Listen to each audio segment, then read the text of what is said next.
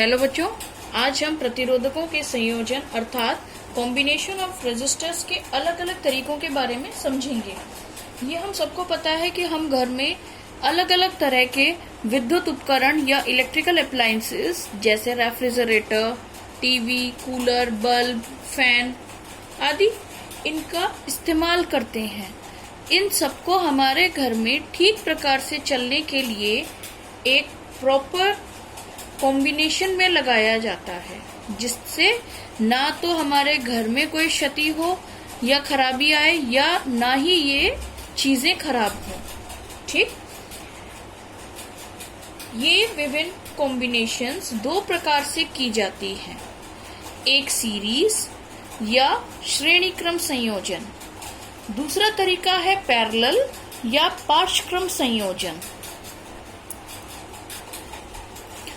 पहला तरीका सीरीज या श्रेणीक्रम संयोजन।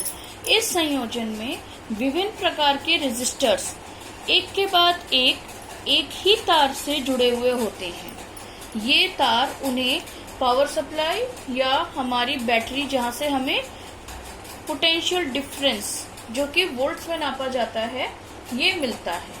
ठीक, जब भी हम यहाँ पर की लगाते हैं और सर्किट को पूरा करते हैं या परिपथ को पूर्ण करते हैं और करंट बहना शुरू होता है, तो एक के बाद एक सभी रेजिस्टर्स में बराबर वोल्टेज आती है और ये सारे जल जाते हैं।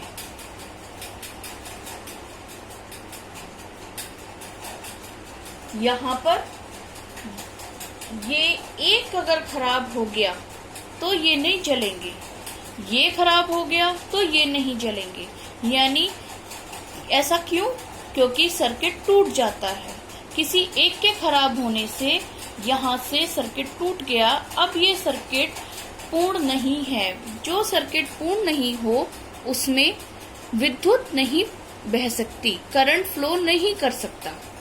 इसका एक एग्जाम्पल है, आप लोग त्योहारों पे अपने घरों में लड़ियां लगाते हैं। उन लड़ियों में छोटे छोटे बल्ब होते हैं।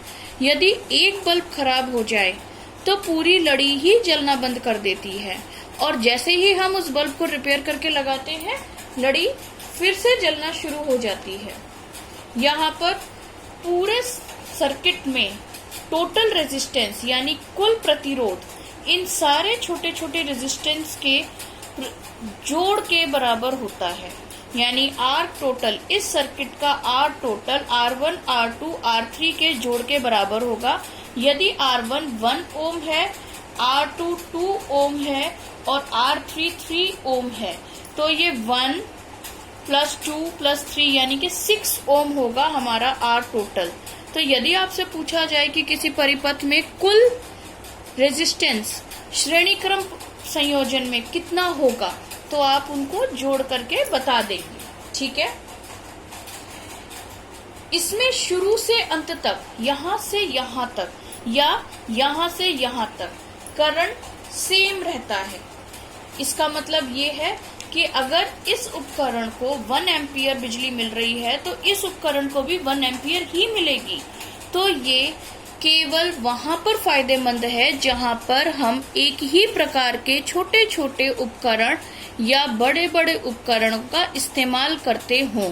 यदि हमें वैरायटी ऑफ उपकरण यानी different types of electrical appliances, जैसे हमने एक इलेक्ट्रिकल अप्लायंस लिया टीवी, एक लिया पंखा, एक लिया 10 वाट का बल्ब, 100 वाट का पंखा, 250 वाट का टीवी और वहां 1000 वाट की प्रेस, 2000 वाट का एसी, इन सबको अगर हम एक लाइन से लगाएंगे तो हमारे उपकरण खराब हो जाएंगे।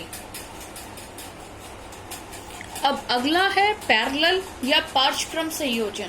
पैरेलल या पार्श्वक्रम संयोजन में हर उपकरण पहले अलग अलग जोड़ा जाता है। ये एक उपकरण, ये दूसरा उपकरण, ये तीसरा उपकरण, इन सबकी तारें अपनी अलग अलग तार हैं। फिर इन तारों को आपस में जोड़ दिया जाता है और ये जुड़ा हुआ तार हमारी वोल्टेज के बैटरी या हमारा मीटर, जो बिजली का मीटर होता है, उससे जुड़ा हुआ होता है। हर एक के पास हम अपना पर्सनल प्लग भी लगा सकते हैं जिससे कि हम इनका चलना या ना चलना बंद कर सकें या रेगुलेट कर सकें। अब अगर मान लो ये दो प्लग मैंने यहाँ लगा रखे हैं,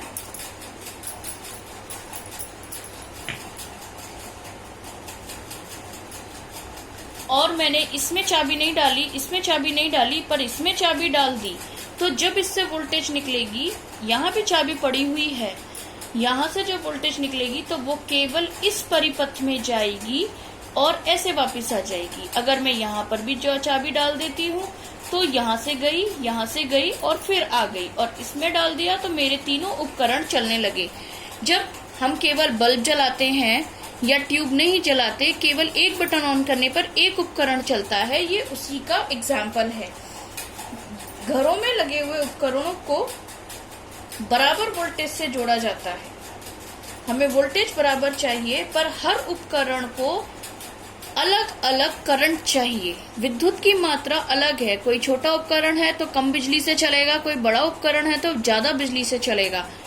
तो उसमें लगा ये रेजिस्टेंस आने वाले करंट को कंट्रोल करता है, बाकी पोटेंशियल इस पूरे में सेम होता है। ऐसे संयोजन या कॉम्बिनेशन का टोटल रेजिस्टेंस का formula 1/R is equal to 1/R1 plus 1/R2 plus 1/R3। यदि R1 का मान 1 ओम है, R2 का मान 2 ओम है और R3 का मान 3 ओम है, तो ये 1/1 प्लस 1/2 प्लस 1/3, 1, 2 और 3 का एलसीएम नीचे निकालकर जब हम इसको सॉल्व करेंगे तो हमारा उत्तर आ जाएगा। टोटल रेजिस्टेंस क्या है, जो आएगा उसका रेसिप्रोकल करने पर हमें पूरे सर्किट में मौजूद रेजिस्टेंस की वैल्यू पता चल जाएगी।